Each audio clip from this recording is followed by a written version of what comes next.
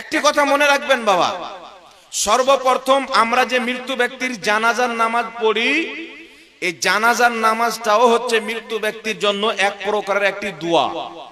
এই জানাজার নামাজ কমপ্লিট দোয়াও না, কমপ্লিট নামাজও না।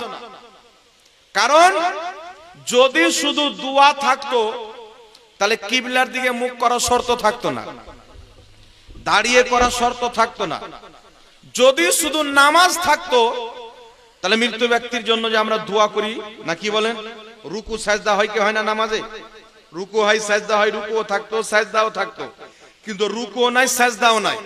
তাই কমপ্লিট নামাজও না, কমপ্লিট দোয়াও না, মাঝামাঝি বললে চলে। কিন্তু মৃত্যু ব্যক্তির জন্য দোয়া হয় ওর মধ্যে। সুতরাং জানাজার নামাজ যে যখন আমরা মৃত্যু ব্যক্তির নামে দোয়া করি, এর মানে মৃত্যু ব্যক্তির জন্য দোয়া করলে মৃত্যু ব্যক্তি উপকৃত হয়, তার কারণে ইসলামে জানাজার নামাজ রাখা হয়েছে।